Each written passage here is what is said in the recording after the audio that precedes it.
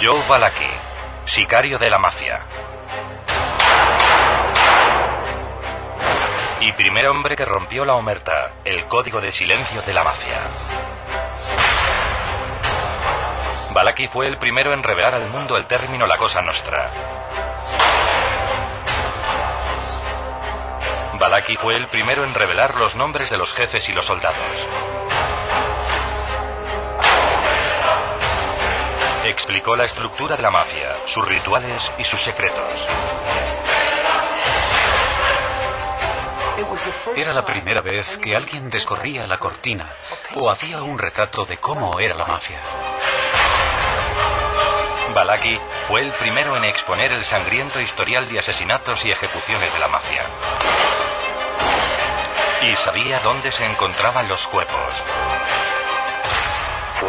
Vives por la pistola y el cuchillo, y mueres por la pistola y el cuchillo. Valachi fue el primero en levantar la tapa de un imperio secreto que recaudaba $40.000 millones al año. Y sus revelaciones cambiarían la naturaleza de la batalla entre el FBI y la mafia para siempre. En 1962, Joe Valachi, de 52 años, estaba cumpliendo una condena de 15 años por tráfico de heroína en la penitenciaría estatal de Atlanta. Y entre rejas, con él, se encontraba su jefe en la mafia durante 30 años, Don Vito Genovese, líder de una de las familias criminales más poderosas de América. Joe conocía a Vito desde hacía mucho tiempo. Pertenecía a la banda de Vito, así que se conocían muy bien. Y él siempre pensó que Vito le tenía en buena consideración, pero Vito era un maníaco homicida. Un día, Vito Genovese hizo los arreglos para que Valachi fuera su compañero de celda. Genovese pudo hacerlo porque controlaba los pabellones de la prisión a través del miedo y la intimidación. Valachi sospechó que ocurría algo y tenía sobradas razones para estar nervioso. Genovese consideraba que Valachi era el responsable de que estuviera en prisión por haberle delatado a la Oficina Federal de Narcóticos. Una noche, Genovese se dirigió a su compañero de celda. ¿Sabes? Si tienes un cesto de manzanas y en el cesto hay una manzana podrida, esa manzana debe ser eliminada, porque si no se elimina, estropeará las demás manzanas. Entonces, Genovese se acercó a Valachi y le besó en la mejilla. Era el beso de la muerte de la mafia.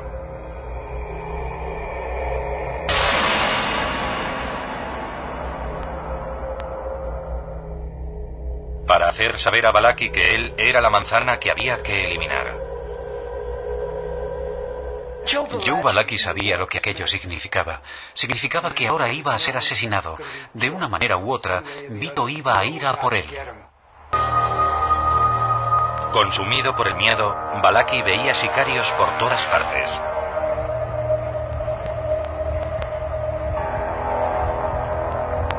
La mañana del 22 de junio de 1962, mientras se encontraba en el patio, vio a 3 presos acercarse a él. Pensando que habían sido enviados por Genovese para matarlo, cogió una tubería de hierro abandonada por unos obreros de la construcción y se preparó para el ataque. Entonces otro preso se aproximó a él. Valachi entró en acción.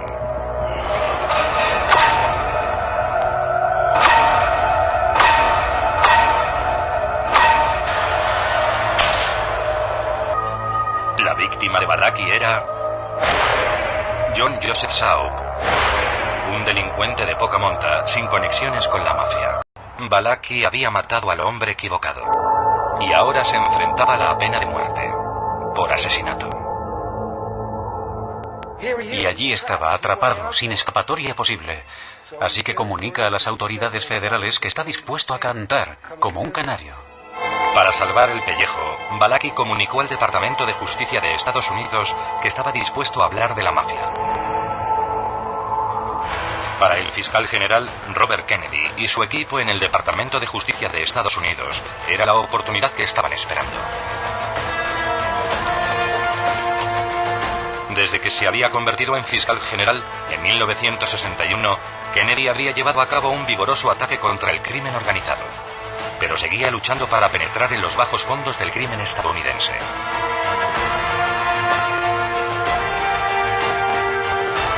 Ahora, por primera vez en la historia de la mafia, un miembro estaba dispuesto a hablar.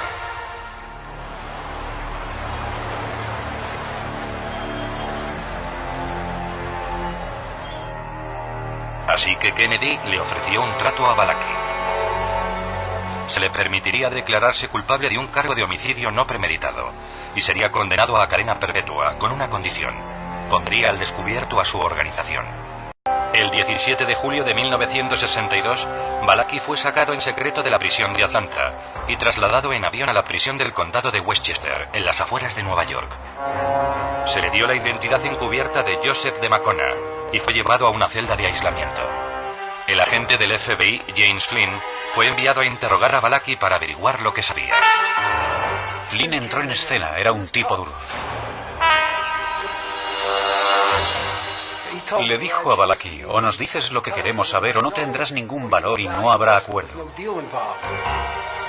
El FBI había oído el término Cosa Nostra en recientes escuchas telefónicas y creía que se refería a la mafia, la organización o el outfit, pero no estaban seguros.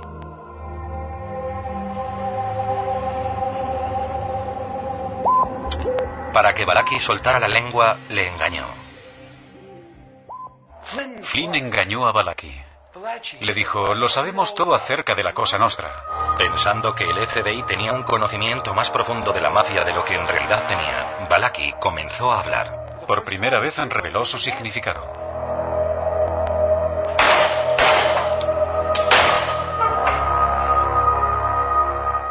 Quería decir Cosa Nuestra, Cosa Nostra. Ellos nunca se llamaban a sí mismos mafia. Flynn comenzó a sonsacar a Balaki nombres, fechas e información. El FBI conocía la punta del iceberg de la mafia. Nunca había penetrado en la organización. Se abrieron las compuertas. Balaki era consciente de que tenía que aportar información. De lo contrario, tendría que pasar el resto de su vida en la cárcel. Tenía que informar sobre lo que ocurría en el seno de la mafia, descorrer realmente la cortina, hacer un retrato de cómo era la vida de un soldado de la mafia en las trincheras. Así que por primera vez empezó a soltar la lengua. Balaki comenzó a revelar la estructura organizativa de la mafia. Basándose en su información, Flynn diseñó gráficos que ilustraban cómo la Cosa Nostra estaba dividida en unidades familiares, cada una con un jefe, un subjefe y lugartenientes y soldados por debajo de ello. Para el FBI era como la piedra de Rosetta. Estaba contándoles los secretos y los jeroglíficos empezaban a ser descifrados. Balaki le contó a Flynn que las familias mafiosas estaban extendidas por todo Estados Unidos, desde Boston a San Francisco. Y por primera vez, el FBI tenía un croquis de enorme alcance de la mafia y de sus actividades. Durante 3 meses, desde finales de septiembre de 1962, Flynn interrogó a Balaki 4 veces por semana. Una sesión habitual se prolongaba durante unas 3 horas. Entonces Balaki comenzaba a irritarse y era difícil de manejar.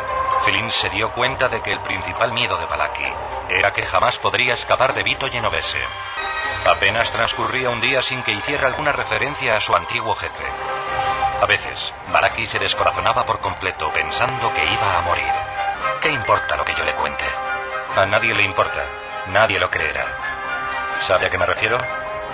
La Cosa Nostra es una especie de segundo gobierno. Es demasiado grande. Yo ya soy un hombre muerto. Y lo sé. Balaki tenía razones para estar preocupado. Según las fuentes del FBI, miembros de la familia Genovese estaban buscando a Balaki.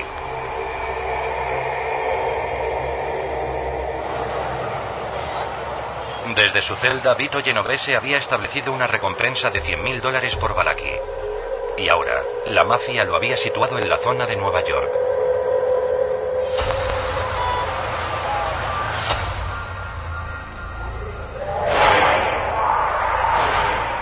El FBI, temeroso de que la mafia llegara hasta su testigo principal, volvió a trasladar a Balaki, esta vez a la base de alta seguridad del ejército en Fort Monmouth, Nueva Jersey.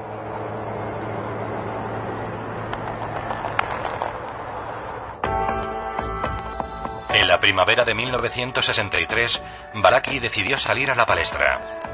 Deseaba fervientemente dejar al descubierto a la poderosa organización criminal, a la que acusaba de haber arruinado su vida.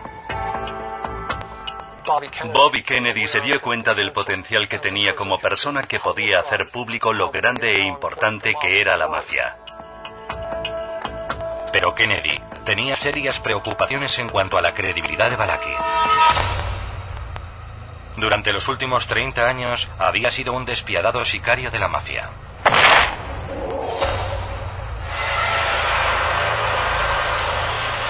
Según el Departamento de Justicia, tenía al menos 33 asesinatos en su...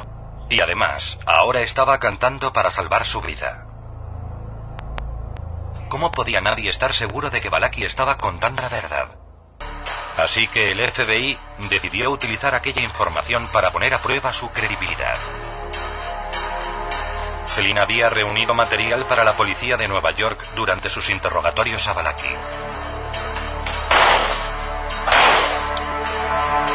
La policía llevaba 30 años de laboriosa investigación de casos de asesinatos sin resolver. Se remontaban a las guerras entre bandas de la mafia y la consiguiente lucha por el control del poder en la Cosa Nostra.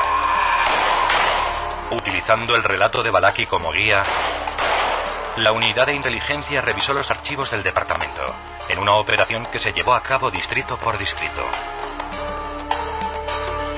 Cotejaron los hechos disgregados y sin confirmar, con su detallada información. Descubrieron que los asesinatos y las ejecuciones de las bandas, incluidas las fechas, localizaciones y circunstancias, se podían verificar. Ahora, convencido de que se podía confiar en él, el FBI preparó a Balaki para que testificara.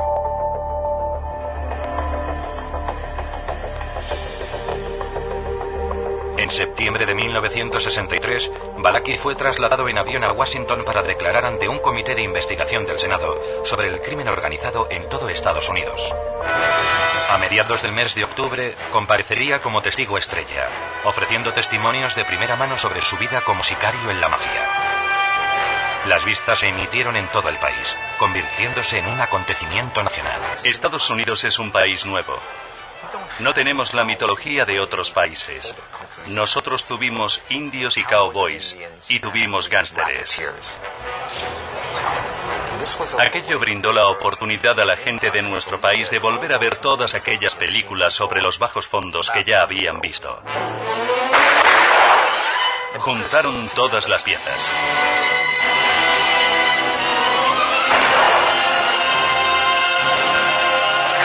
La gente estaba fascinada con todo aquello.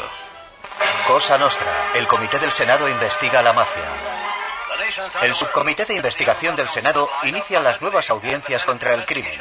El senador McClellan es su presidente. El fiscal general Robert Kennedy presenta un panorama siniestro debido al aumento de las actividades ilegales de la Cosa Nostra o mafia. Describe a esta organización como el gobierno del juego organizado, el narcotráfico, la extorsión, el fraude y el control de varios sindicatos. Afirma que sus ingresos son multimillonarios.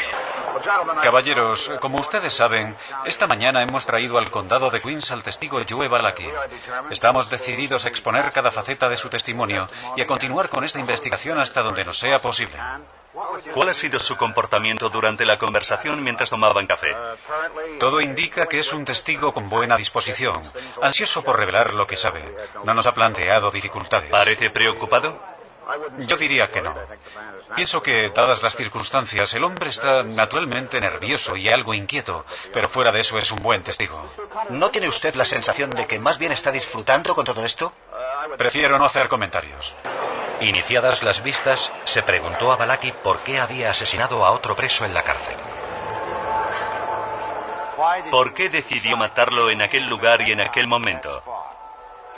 Porque era el tipo al que vi en aquel momento. En otras palabras, sentí que aquel era mi último día. Hablando claro, senador. Sentí que era mi último día. ¿Su último día? El último día que estaría con vida. ¿Pensó que podía acabar con todos antes de que acabasen con usted? Probablemente. No sé qué habría hecho si no le hubiera visto.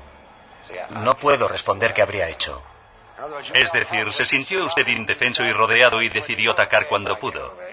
Cuando lo vi, sí. Pensó que si mataba a aquel hombre que pensaba que iba a matarlo a usted, entonces... Sentí satisfacción, senador. Digámoslo así.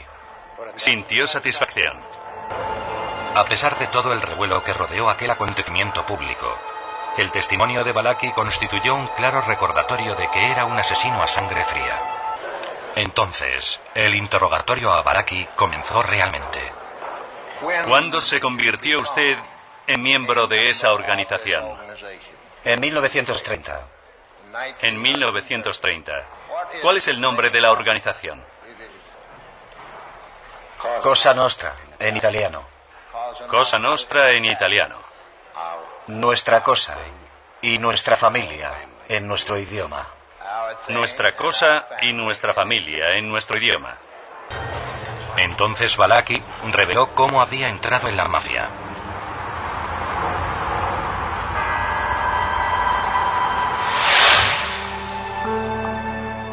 Balaki hizo una descripción al comité sobre sus inicios en los bajos fondos de los barrios marginales de Nueva York, a comienzos del siglo XX. Sus padres eran de Nápoles y tuvieron 17 hijos, solo 6 sobrevivieron. A los 18 años era el conductor de una famosa banda llamada The Minutemen, los hombres del minuto. Robaron cientos de tiendas de ropa y joyerías entre 1919 y 1923, rompiendo escaparates y llevándose todo lo que podían antes de que llegara la policía. Pero un día fueron atrapados, y Balaki fue enviado a la tristemente célebre prisión de Sing Sing, frente al río Hudson.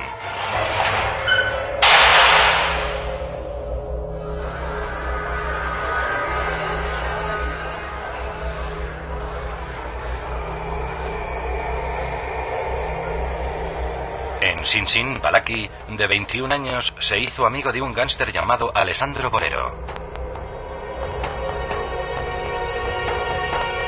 Fue entonces cuando Balaki tuvo noticias por primera vez de una organización secreta que pronto conocería como la Cosa Nostra.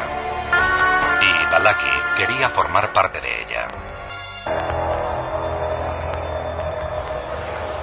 Ahora voy a hablar de mí. Yo era chofer, algo que se sabía desde hacía muchos años. Y de hecho otras bandas intentaron contratarme, pero yo nunca quise irme.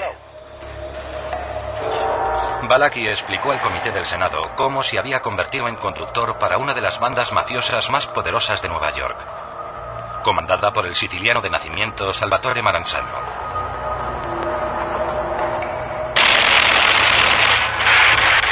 Era 1929 y Maranzano estaba atrapado en una sangrienta guerra de poder con su adversario Giuseppe Masseria. Balaki hizo saber a Maranzano que quería formar parte de su banda. Y a modo de prueba, fue enviado como conductor contratado para el asesinato de uno de los principales secuaces de Masseria.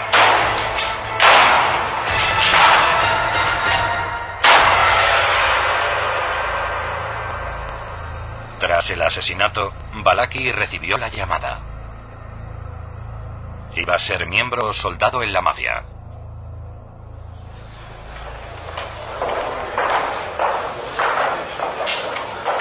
Balaki reveló entonces al comité los rituales de su ceremonia de iniciación para entrar en la mafia.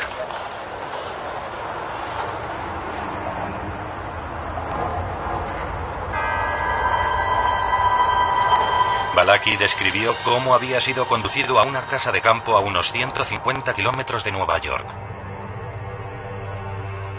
Le pidieron que se sentase junto a otros 30 miembros alrededor de una mesa. Su jefe, don Salvatore Maranzano, iba a conducir la iniciación. Les contó cómo eras iniciado, la omertá, el código, y que una vez te convertías en miembro ya nunca podías marcharte. Tenías que o bien ganar dinero o ser un sicario, matar a alguien para poder optar siquiera a ser iniciado. Balaki reveló entonces al Comité del Senado los secretos de la ceremonia de iniciación de sangre y fuego para entrar en la mafia.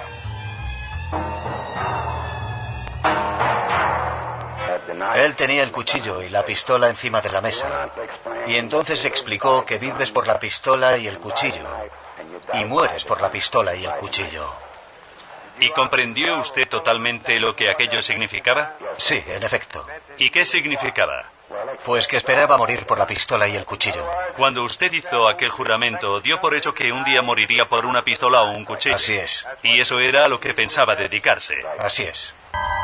Balaki dijo que le pidieron que colocara las manos en forma de cuenco.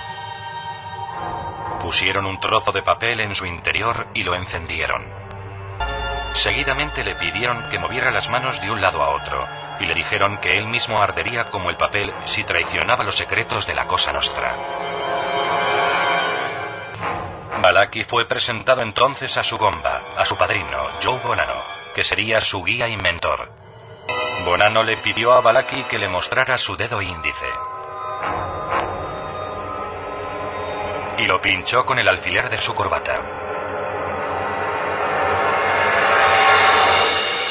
Luego pinchó el suyo y lo colocó sobre el de Balaki. Entonces Maranzano anunció que ahora eran todos familia. Está bien, ¿qué pasó entonces? Entonces nos pusimos de pie, nos dimos la mano y pronunciamos juntos algunas palabras que no recuerdo bien. También en siciliano. ¿Sabe usted lo que significaban? Bueno, lo cierto es que nunca pregunté lo que significaban. Nunca lo pregunté, pero querían decir que era una especie de organización. Algo por el estilo, pero uno no presta atención. Yo no me molesté, nunca me molesté. ¿Nunca se molestó en qué? En averiguar lo que significaban, pero me puedo hacer una idea. Se puede hacer una idea, ¿cuál? Todos atados, estamos todos atados. ¿Estamos todos juntos? Estamos juntos. Estamos juntos, cantamos juntos, salimos juntos, vivimos juntos. Eso es. Las revelaciones de Balaki explicaban por qué la organización secreta había logrado permanecer oculta tanto tiempo.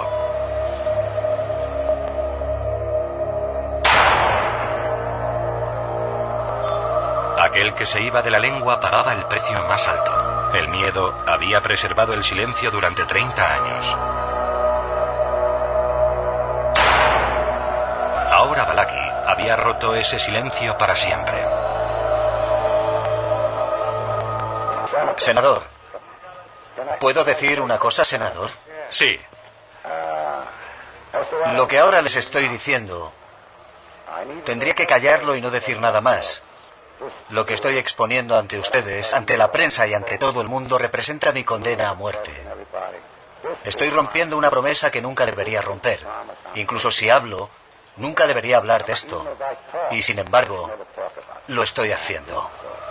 La mafia, como es lógico, estaba horrorizada. Ya en el pasado habían conseguido asesinar a gente que estaba en la cárcel y pensaron que si ofrecían suficiente dinero encontrarían a alguien dispuesto a liquidarlo.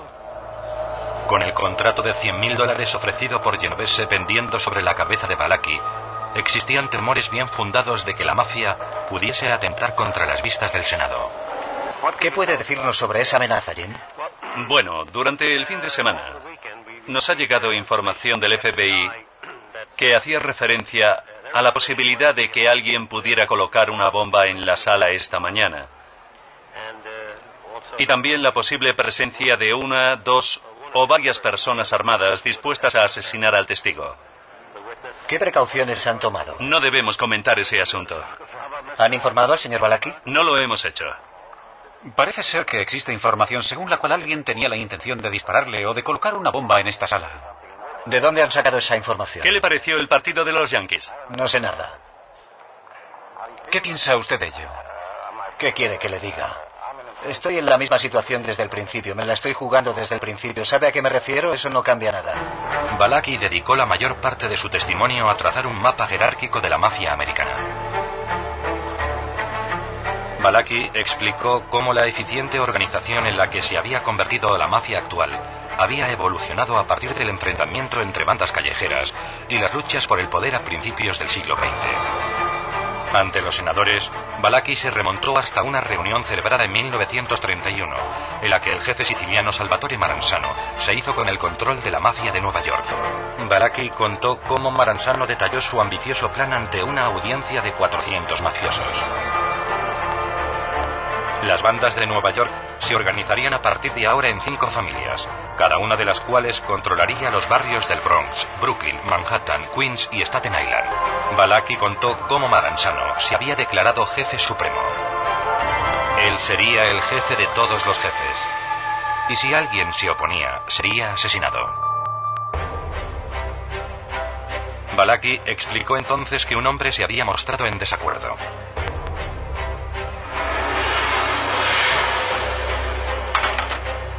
Reveló cómo Charles Lucky Luciano había hecho ejecutar a Maranzano.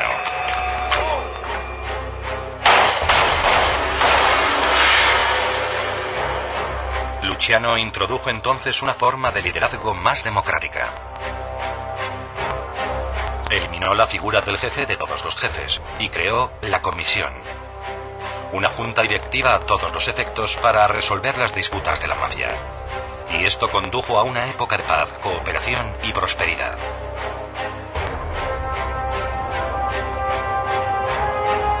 Acto seguido, Balaki nombró a los 5 líderes actuales de las 5 familias de Nueva York. Vito Genovese, Carlo Gambino, Giuseppe Magliocco, Joseph Bonanno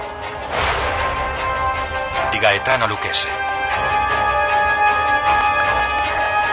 Estos son los hombres, dijo Balaki al comité, que dirigían una enorme red de crimen organizado en la ciudad que abarcaba el juego, la prostitución, el préstamo con usura, los narcóticos y la infiltración de la mafia en negocios legales.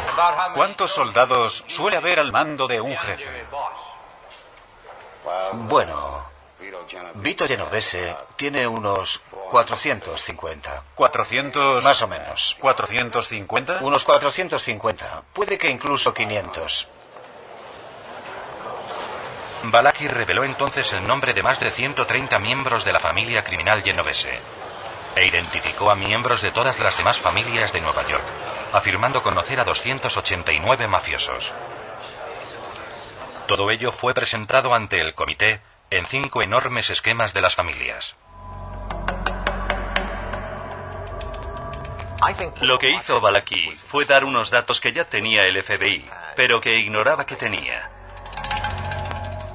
Con frecuencia los miembros de la mafia y de otras áreas de la actividad criminal se conocen unos a otros por sus apodos.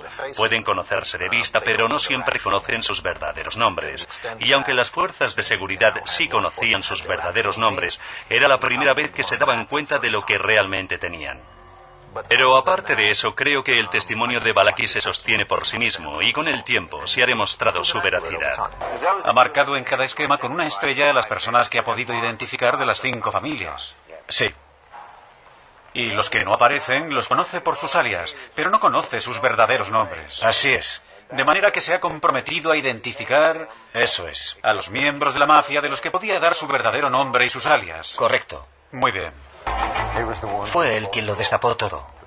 Las familias, los nombres de sus integrantes y los niveles de autoridad, comenzando por el capo de los capos hasta los soldados. Sin embargo, había algunos críticos que ponían en duda los testimonios de Balaki, por considerar que a un soldado de a pie nunca se le habría concedido el privilegio de conocer información sobre el núcleo de poder de la Cosa Nostra. Creo que es un error considerar a los soldados figuras de poca relevancia. No lo son. Son gente importante dentro de la mafia. Las únicas personas por encima del soldado en línea directa de mando son el capo y el jefe. Así que el soldado ocupa un puesto relevante por el mero hecho de ser admitido como miembro. Se les brinda acceso a los secretos de la mafia, se les informa sobre los hechos que ocurren. Y necesitan saber quién es quién dentro de la mafia, porque tienen permiso para liquidar a cualquiera fuera de la organización, pero no dentro. De manera que suelen estar muy bien informados. Balaki usó su testimonio para vengarse de Genovese.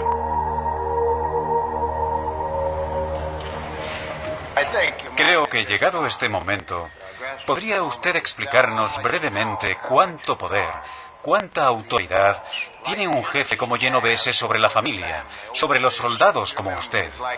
Senador, yo conozco bien el poder que ostenta Vito. No solo ostenta el poder en nuestra familia, controla también el poder en la familia Gambino y en la familia Lucchese. En resumidas cuentas, su palabra se convierte en ley. Es un acto autorizado. Sí, eso es. ¿Y dicta sentencias de muerte? Bueno, las dicta y luego te dicen, era un soplón, era esto o lo otro. Te dicen lo que quieren. Entonces las dicta. Así es. ¿Lo sabe por experiencia propia? No le quepa la menor duda. El testimonio de Balaki valía su peso en oro. Confirmó que la Cosa Nostra era la mafia. Reveló los nombres de los jefes y de sus soldados. Explicó su estructura, sus rituales y sus secretos. Y puso al descubierto su sangrienta historia.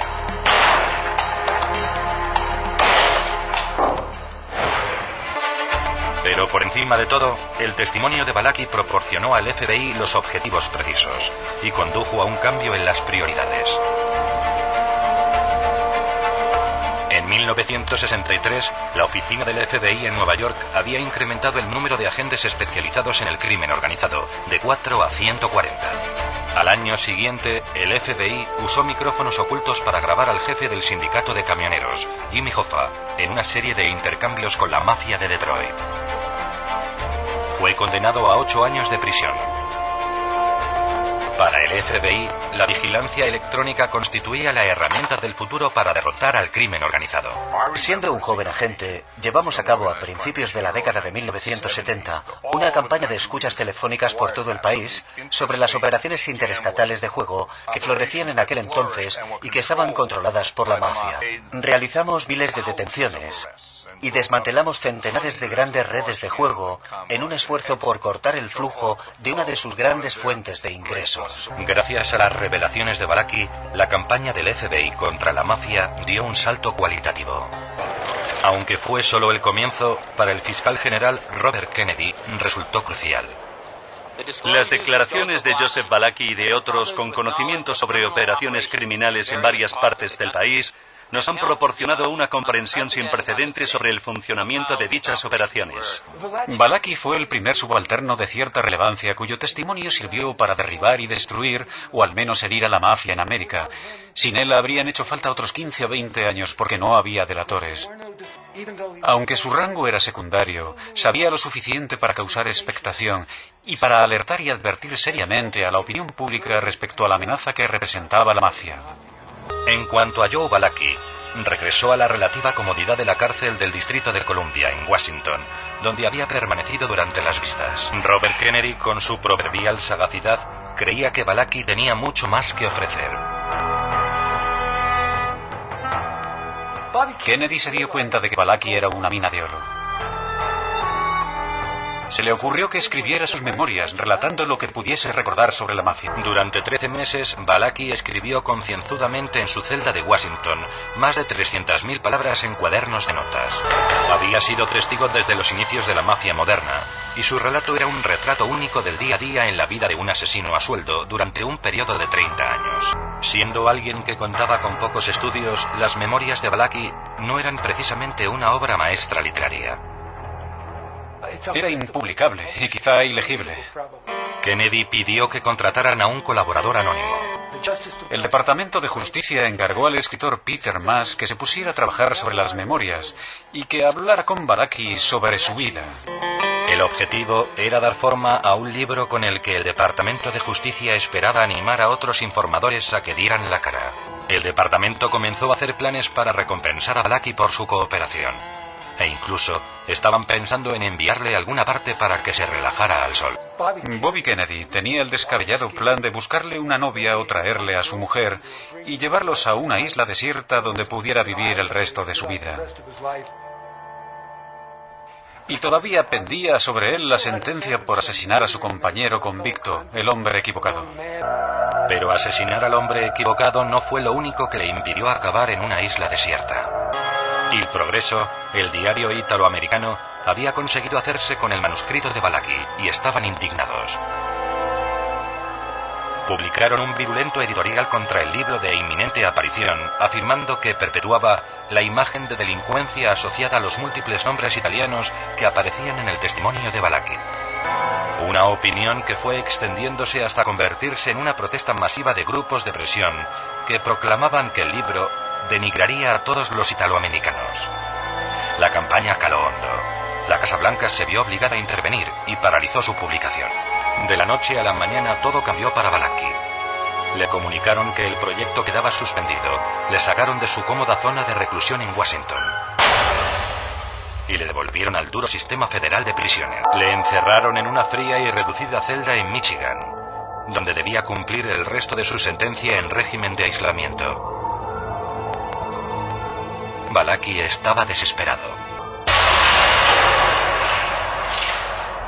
La mañana del 11 de abril de 1966, arrancó el cable de alimentación de su radio y se dirigió al rincón de la ducha. La tubería no pudo soportar el peso de Balachi. Un celador le encontró poco después desplomado en el suelo, casi sin vida. El Departamento de Justicia se dio cuenta de que tenía que velar mejor por su testigo estrella. Le sacaron de la desagradable prisión del norte y le enviaron al lugar que pensaron que más le convenía, un sitio llamado La Tuna, cerca de la frontera mexicana en Texas. Y le pusieron en una suite donde disponía de una cocina americana y una cama más confortable. Y trataron de hacerle la vida lo más cómoda y agradable posible. Cuando el Departamento de Justicia consigue ahora a un delator de primer orden, se le envía lo que se denomina la suite de Balachi. En 1968, 5 años después de que hubiese revelado al mundo los secretos de la mafia, Balachi finalmente pudo leer el libro basado en su vida. Se tituló Los papeles de Balachi y se convirtió en un superventas. Balachi no recibió ni un centavo. El libro fue llevado a la gran pantalla en 1972. El personaje de Balachi fue interpretado por Charles Bronson. El verdadero Joe Balachi murió de un ataque al corazón en 1971 en la Institución Correccional Federal de La Tuna, en Texas. Sobrevivió 2 años a su jefe de la mafia, Vito Genovese. Los $100.000 de recompensa por la cabeza de Balachi ofrecidos por Genovese nunca llegaron a cobrarse.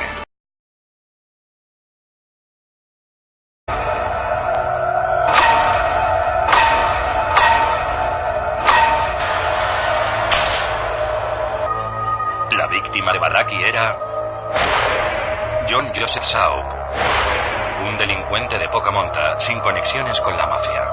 Balachi había matado al hombre equivocado y ahora se enfrentaba a la pena de muerte por asesinato. Y allí estaba, atrapado, sin escapatoria posible. Así que comunica a las autoridades federales que está dispuesto a cantar como un canario. Para salvar el pellejo, Balachi comunicó al Departamento de Justicia de Estados Unidos que estaba dispuesto a hablar de la mafia. Para el fiscal general Robert Kennedy y su equipo en el Departamento de Justicia de Estados Unidos, era la oportunidad que estaban esperando. Desde que se había convertido en fiscal general en 1961, Kennedy habría llevado a cabo un vigoroso ataque contra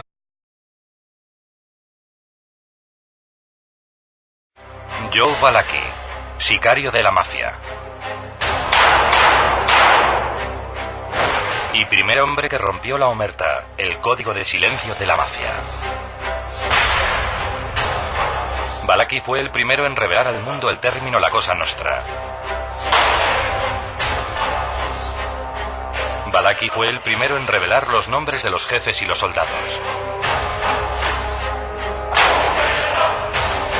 Explicó la estructura de la mafia, sus rituales y sus secretos. Era la primera vez que alguien descorría la cortina o hacía un retrato de cómo era la mafia. Balachi fue el primero en exponer el sangriento historial de asesinatos y ejecuciones de la mafia. Y sabía dónde se encontraban los cuerpos. Vives por la pistola y el... para hacer saber a Balaki que él era la manzana que había que eliminar. Joe Balaki sabía lo que aquello significaba. Significaba que ahora iba a ser asesinado. De una manera u otra, Vito iba a ir a por él. Consumido por el miedo, Balaki veía sicarios por todas partes.